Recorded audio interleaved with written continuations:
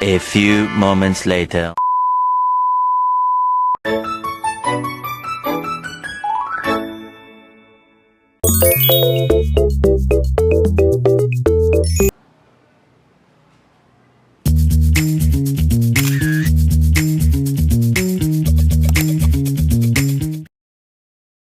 Assalamualaikum warahmatullahi wabarakatuh.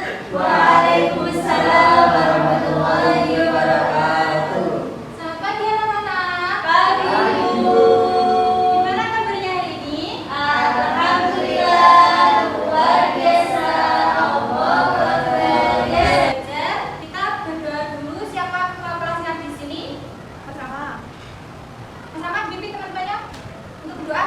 Sebelum kita mulai takbirkan kita berdoa dulu ya teman-teman. Kita mulai. Bismillahirrahmanirrahim. Amin. Sekarang guru mau absen dulu. Siapa yang nggak masuk hari ini? Teman-temannya kanan kirinya dilihat. Siapa yang nggak masuk? Waktunya yang belum datang. Udah belum? Nggak masuk apa belum datang? Enggak tahu kayaknya belum. Begitu hadir? Tadi hadir? Enggak. Kenapa kok belum hadir? Tapi anak-anak masih ingat minggu lalu kita belajar tentang apa? Surat Surat apa? Al-Qur'an.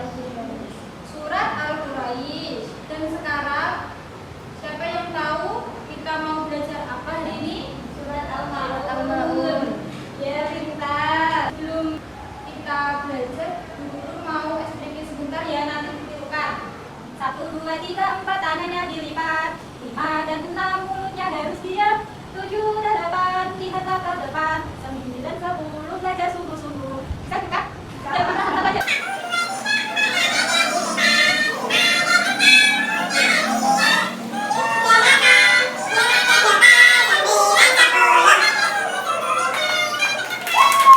Guru hari ini akan menggunakan metode ceramah dan sisal. Sebelum kita mulai belajar, guru akan membagi 3 kelompok. Nanti berhitung 1 sampai 3. Nomor 1 kumpul dengan nomor 1, yang nomor 2 kumpul nomor 2 kelompok 3 kumpul dengan kelompok 3. Berhitung mulai dari Mbak Mirna. 1, Mbak Mirna. 1, 2. Yang berapa? 1, 3. Kita akan belajar memahami makna singkat surat Al-Maun. Di sini ada tujuan pembelajaran surat Al-Maun.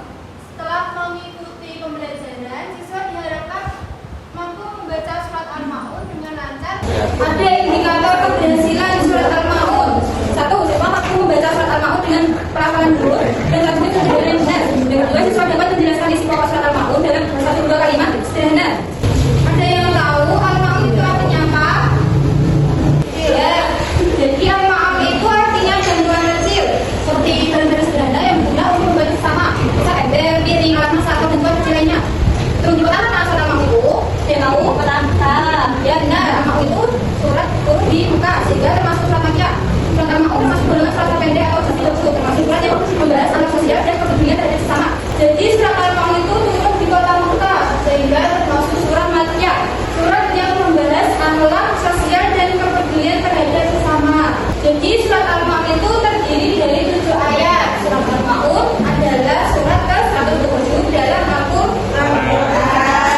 Ada pengertian surat Al-Maun. Surat Al-Maun adalah surat dalam Al-Qur'an yang menjelaskan tentang pentingnya berbuat baik kepada sesama, tidak bersikap kasar, berhentikan ayat suka menolong orang miskin dan tidak pelit meskipun hal kecil. Surat ini juga meningkatkan bahwa ibadah seperti sholat dan dibagi dengan akhlak yang baik. Orang yang sholat tetapi dia itu sabar, pelit dan tidak peduli kepada sesama disebut sebagai orang yang membesarkan agama. Jadi surat Al-Maun itu mengajarkan supaya kita tidak menjadi anak yang suka menolong, tidak pelit, tidak sombong, dan suka menolong orang teman-temannya.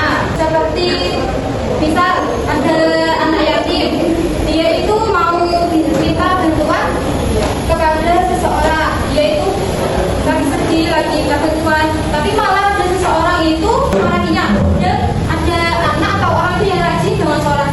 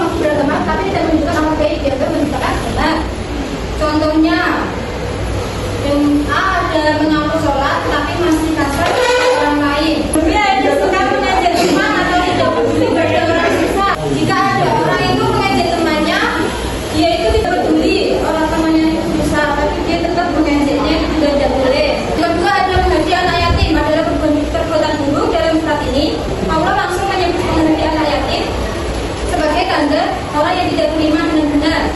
Contohnya, membentak atau mengejek anak yatim.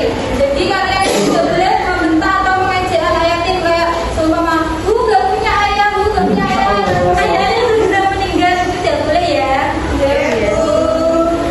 Jadi tidak mau berteman atau merendahkan anak yang tidak punya orang tua. Jadi kita tidak boleh merendahkan teman kita yang sudah tidak punya orang tua. Tidak boleh. Yang C, membiarkan anak yatim kesusahan tanpa menolong. Temannya itu susah, tapi dia tetap mengejeknya, itu juga tidak boleh. Yang kedua adalah menghadapi anak yatim adalah perbuatan buruk. Dalam surat ini, Allah langsung menyebut menghadapi anak yatim sebagai tanda orang yang tidak beriman benar-benar. Contohnya, membentak atau mengejek anak yatim. Jadi kalian tidak boleh membentak atau mengejek anak yatim kayak seumpama, gak punya ayah, gak punya ayah, ayahnya sudah meninggal, itu tidak boleh ya. Yang B, tidak mau berteman atau merendahkan anak yang tidak punya orang tua. Jadi kita tidak boleh merendahkan teman kita yang sudah tidak punya orang tua. Tidak boleh. Yang C, membiarkan anak yatim kesusahan tanpa menolong. Kita itu tidak boleh membiarkan anak yatim yang kesusahan atau kita tidak mau menolongnya, itu juga tidak boleh ya. Yang ketiga, tidak mendorong memberi makan orang miskin. Orang yang benar-benar beriman akan peduli dengan orang miskin, bukan hanya memikirkan dirinya sendiri. Contohnya, tidak mau berbagi makanan dengan teman yang tidak bekal. Jadi kita itu harus berbagi makanan dengan teman yang tidak bekal. Meskipun dia itu tidak mau, seenggaknya kita sudah mengasih atau menawarinya untuk makan bareng. Yang B, melihat orang miskin tetapi tidak mau membantu. Jadi kita kalau melihat orang miskin harus membantu. Yang C, melarang orang lain bersedekah. Kayak misalnya Mbak Erlina mau bersedekah ke Mbak Depa, tapi Mas Andi melarangnya, itu juga tidak boleh. Yang keempat, celaka bagi orang yang lalai dalam sholat. Lalai itu artinya sholat asal-asalan, tidak tepat waktu, dan sholat hanya untuk formalitas. Contohnya, sholat terburu-buru dan tidak khusyuk. Jadi kita kalau sholat itu tidak boleh terburu-buru dan tidak khusyuk. Kan biasanya penting sah dibutuhkan ya, itu tidak boleh. Kita harus niat dalam hati dan harus khusyuk. Yang B, sering menunda sholat sampai hampir habis waktunya. Jadi kita itu tidak boleh menunda sholat sampai hampir habis waktunya, seperti saya ini rasa selesai. Yang C, tidak menjaga khusyuan dan gerakan sholat. Jadi kita harus menjaga khusyuan dan gerakan sholat. Yang kelima, orang yang ria beramal untuk dipuji. Allah membenci sifat ria karena orang tersebut tidak ikhlas kepada Allah. Contohnya, sholat hanya jika dilihat guru, orang tua atau teman. Jadi kita kalau sholat itu harus dengan niat kita sendiri, tidak boleh kok biar dilihat guru kita, teman kita atau orang tua kita. Jadi kalau sholat itu harus dari hati kita sendiri. Yang B, sedekah sambil mengatakan, lihat aku memberi sedekah. Membantu orang lain hanya untuk dipuji, itu juga tidak boleh. Yang terakhir, enggan memberi bantuan kecil atau maut. Maut itu artinya bantuan kecil, seperti meminjamkan barang sederhana yang bermanfaat. Contohnya, tidak boleh, tidak mampu meminjamkan pensil, penghapus, buku atau gelas, pelit pada barang kecil, padahal orang lain sangat membutuhkan. Jadi kita tidak boleh pelit pada barang kecil kepada teman, kayak seperti apa itu penghapus, pensil, buku, dan lain-lain ya. Yang B, tidak mau membantu membawa barang teman.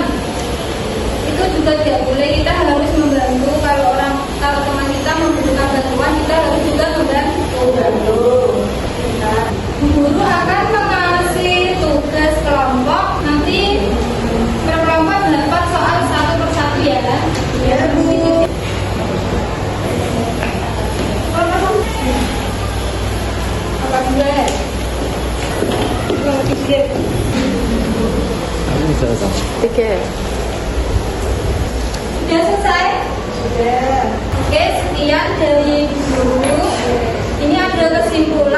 Kandungan surat Al-Maun mengajarkan bahwa orang beriman harus ikhlas, beribadah, waria, berbagi pada anak yatim, berbagi kepada orang miskin, suka membantu meskipun dengan bantuan kecil. Tidak boleh kasar, kotor, egois, karena dalam mengenai ibadah, tetapi juga berlaku sosial dan kemudian. Dan ada ini makna